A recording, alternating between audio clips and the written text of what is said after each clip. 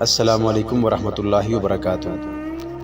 اتنے میں قاصد کمرے میں آیا اور کہا، امیر مصر نے آنے سے انکار کر دیا ہے۔ آہ بد نصیب صلاح الدین، العزت نے کراہنے کی لہجے میں کہا، میرے مرنے سے پہلے ایک بار تو آ جاتا۔ صدمے نے اس کی تکلیف میں اضافہ کر دیا۔ اس نے نحیف آواز میں رک رک کر کہا، اب تو میری لونڈیاں بھی میرے بلانے پر نہیں آتی، امیر مصر کیوں آئے گا؟ مجھے گناہوں کی سزا مل رہی ہے، میرے خون کے رشتے بھی ٹوٹ گئے ہیں، ان میں سے بھی کوئی نہیں آیا۔ وہ میرے جنازے پر آئیں گے اور محل میں جو ہاتھ لگا اٹھا کر چلے جائیں گے۔ وہ کچھ دیر کراہتا رہا۔ دونوں تیماردار عورتیں پریشانی کے عالم میں اس کی باتیں سنتی رہی۔ ان کے پاس تسلی اور حوصلہ افزائی کے لیے بھی جیسے کوئی الفاظ نہیں رہے تھے۔ ان کے چہروں پر خوف سا طاری تھا، جیسے وہ خدا کے اس قہر سے ڈر رہی تھی جو بادشاہ کو گدھا اور امیر کو فقیر بنا دیتا ہے۔ دونوں نے چونک کر دروازے کی طرف دیکھا۔ ایک سفید ریش بزرگ کھڑا تھا۔ وہ ذرا رک کر اندر آیا اور العزت کی نبض پر ہاتھ رکھ کر کہا، السلام علیکم، میں امیر مصر کا طبیب خاص ہوں، انہوں نے مجھے آپ کے علاج کے لیے بھیجا ہے۔ کیا امیر مصر میں اتنی سی بھی مروت نہیں کہ آ کے مجھے دیکھ جاتا؟ العزت نے کہا، میرے بلانے پر بھی نہ آیا۔ اس کے متعلق میں کچھ نہیں کہہ سکتا، طبیب نے کہا، انہوں نے مجھے آپ کے علاج کے لیے بھیجا ہے۔ میں یہ کہنے کی جرت ضرور کروں گا کہ اتنے بڑے واقعے کے بعد، جس میں باقاعدہ جنگ ہوئی اور ہزاروں جانیں ضائع ہو گئیں، امیر مصر شاید یہاں نہیں آئیں گے۔ انہیں آپ کی صحت کی فکر ضرور ہے، ایسا نہ ہوتا تو وہ مجھے آپ کے علاج کا حکم نہ دیتے۔ اس حالت میں آپ ایسی کوئی بات ذہن میں نہ لائیں جو آپ کے دل کو تکلیف دیتی ہے، ورنہ علاج نہیں ہو سکے گا۔ میرا علاج ہو چکا، العزت نے کہا۔ میرا ایک پیغام غور سے سن لو، صلاح الدین کو لفظ بہ لفظ پہنچا دینا۔ میری نبض سے ہاتھ ہٹا لو۔ میں اب دنیا کی حکمت اور تمہاری دوائیوں سے بے نیاز ہو چکا ہوں۔ سنو طبیب، صلاح الدین سے کہنا کہ میں تمہارا دشمن نہ تھا، میں تمہارے دشمنوں کے جال میں آ گیا تھا۔ یہ بدقسمتی میری ہے یا صلاح الدین کی کہ میں اپنے گناہوں کا اعتراف اس وقت کر رہا ہوں جب میں ایک گھڑی کا مہمان ہوں۔ صلاح الدین سے کہنا کہ میرے دل میں ہمیشہ تمہاری محبت رہی ہے اور تمہاری محبت کو ہی دل میں لیے دنیا سے رخصت ہو رہا ہوں۔ میرا جرم یہ ہے کہ میں نے زر و جواہرات اور حکمرانی کی محبت بھی اپنے دل میں پیدا کر لی، جو اسلام کے احترام پر غالب آ گئی۔ آج سب نشے اتر گئے ہیں۔ وہ لوگ جو میرے پاؤں میں بیٹھا کرتے تھے وہ بیگانے ہو گئے ہیں۔ وہ لونڈیاں بھی میرے مرنے کی منتظر ہیں جو میرے اشاروں پر ناچا کرتی تھی۔ میرے دربار میں عریاں رقص کرنے والی لڑکیاں مجھے نفرت کی نگاہوں سے دیکھتی ہیں۔ انسان کی سب سے بڑی غلطی یہ ہے کہ انسانوں کی باتوں میں آ کر خدا کو بھول جاتا ہے، اور یہ بھول ہی جاتا ہے کہ اسے خدا کے پاس جانا ہے، جہاں کوئی انسان کسی انسان کے گناہوں کا بوجھ نہیں اٹھا سکتا۔ ان کمبختوں نے مجھے خدا بنا ڈالا، مگر آج جب حقیقی خدا کا بلاوا آیا ہے تو مجھ پر حقیقت روشن ہوئی ہے۔ میں نے اس کو نجات کا ذریعہ سمجھا ہے کہ اپنے گناہوں کا اعتراف کر لوں اور صلاح الدین کو ایسے خطروں سے خبردار کرتا جاؤں جن سے وہ شاید واقف نہیں۔ اسے کہنا کہ میرے محافظ دستے کا سالار رجب زندہ ہے اور سوڈان میں کہیں روپوش ہے۔ وہ مجھے بتا کر گیا تھا کہ فاطمی خلافت کی بحالی کے لیے وہ سوڈانیوں اور قابل اعتماد مصریوں کی فوج تیار کرے گا اور وہ صلیبیوں سے جنگی اور مالی امداد لے گا۔ صلاح الدین سے کہنا کہ اپنے محافظ دستے پر نظر رکھے، اکیلا باہر نہ آئے، رات کو زیادہ محتاط رہے، کیونکہ رجب نے فدائیوں کے ساتھ ایوبی کے قتل کا منصوبہ بنا لیا ہے۔ اسے کہنا کہ مصر تمہارے لیے آگ اگلنے والا پہاڑ ہے، تم جنہیں دوست سمجھتے ہو وہ بھی تمہارے دشمن ہیں، اور وہ جو تمہاری آواز کے ساتھ آواز ملا کے وسیع سلطنت اسلامیہ کے نعرے لگاتے ہیں، ان میں بھی صلیبیوں کے پالے ہوئے سانپ موجود ہیں۔ تمہارے جنگی شعبے میں فیض الفاطمی بڑا حاکم ہے، مگر تم نہیں جانتے کہ وہ تمہارے مخالفین میں سے ہے۔ وہ رجب کا دستے راست ہے۔ تمہاری فوج میں ترک، شامی اور دوسرے عربی نسل کے جو کماندار اور سپاہی ہیں، ان کے سوا کسی پر بھروسہ نہ کرنا۔ یہ سب تمہارے وفادار اور اسلام کے محافظ ہیں۔ مصری فوجیوں میں قابل اعتماد بھی ہیں اور بے وفا بھی۔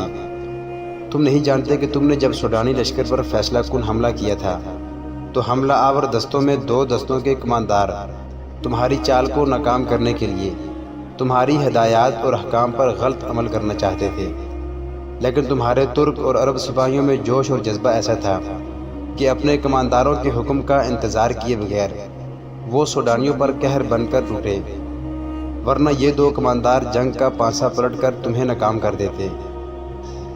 العاضد مری مری آواز میں رک رک کر بولتا رہا۔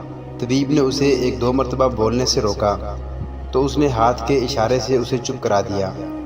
اس کے چہرے پر پسینہ اس طرح آ گیا تھا جیسے کسی نے پانی چھڑک دیا ہو۔ دونوں عورتوں نے اس کا پسینہ پونچھا، لیکن پسینہ چشمے کی طرح پھوٹتا آ رہا تھا۔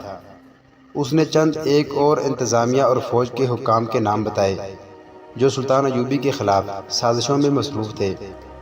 ان میں سب سے زیادہ خطرناک فدائی تھے جن کا پیشہ پر اسرار قتل تھا۔ وہ اس فن کے ماہر تھے۔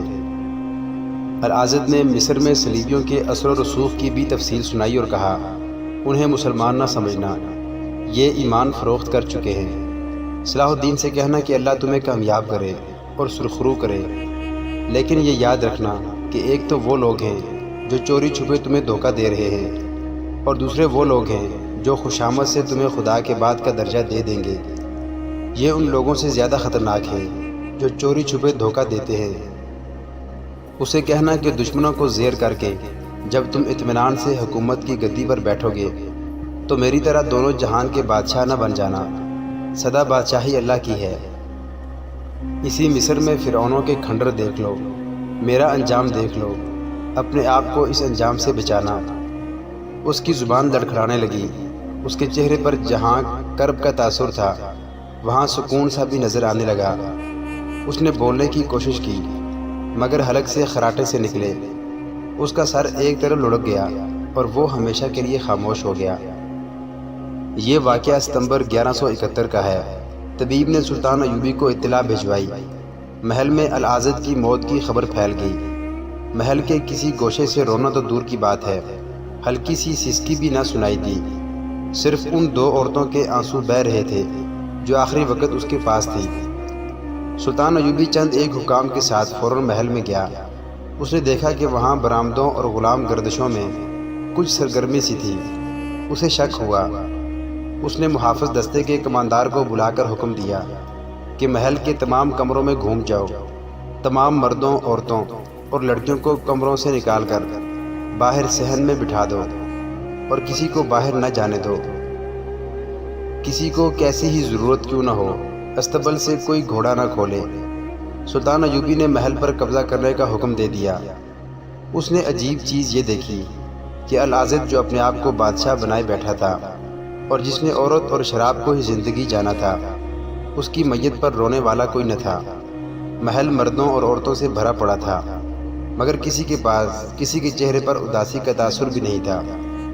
طبیب سلطان ایوبی کو الگ لے گیا اور اسے العاضد کی آخری باتیں سنائی۔ اس نے اپنی رائے ان الفاظ میں دی کہ آپ کو آخری وقت اس کے بلاوے پر آ جانا چاہیے تھا۔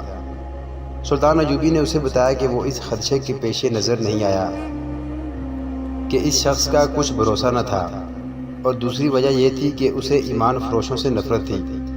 مگر اب طبیب کی زبانی العاضد کا آخری پیغام سن کر سلطان ایوبی کو سخت پچھتاوا ہونے لگا۔ وہ بہت بے چین ہو گیا اور اس نے کہا، اگر میں آ جاتا تو اس کے منہ سے کچھ اور راز کی باتیں نکلوا لیتا، وہ کوئی راز سینے میں نہ لے گیا ہو۔ متعدد مورخین نے اپنی تحریروں میں لکھا ہے کہ العاضد بے شک عیاش اور گمراہ تھا۔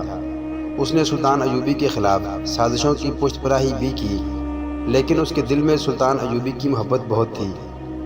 2 مورخین نے یہ بھی لکھا ہے کہ اگر سلطان ایوبی العاضد کے بلاوے پر چلا جاتا تو العاضد اسے اور بھی بہت سی باتیں بتاتا۔ بہرحال تاریخ ثابت کرتی ہے کہ العاضد کے بلاوے میں کوئی فریب نہیں تھا۔ اس نے اپنی روح کی نجات کے لیے اور سلطان ایوبی کی محبت کے لیے گناہوں کی بخشش مانگنے کا یہ طریقہ اختیار کیا تھا۔ بہت مدت تک سلطان ایوبی تعصف میں رہا کہ وہ آخری وقت العزد کی باتیں نہ سن سکا۔ بعد میں ان تمام افراد کے خلاف الزامات صحیح ثابت ہوئے تھے جن کی العزد نے نشاندہی کی تھی۔ سلطان ایوبی نے ان تمام افراد کے نام علی بن سفیان کو دے کر حکم دیا کہ ان سب کے ساتھ اپنے جاسوس اور سراغ رساں لگا دو، لیکن کسی کو مکمل شہادت اور ثبوت کے بغیر گرفتار نہ کرنا۔ ایسے طریقے اختیار کرو کہ وہ عین موقع پر پکڑے جائیں، کہیں ایسا نہ ہو کہ کسی کے ساتھ بے انصافی ہو جائے۔ یہ احکام دے کر اس نے تجہیز و تکفین کے انتظامات کرائے۔ اسی شام العزد عام قبرستان میں دفن کر دیا گیا، جہاں تھوڑے ہی عرصے بعد قبر کا نام و نشان مٹ گیا۔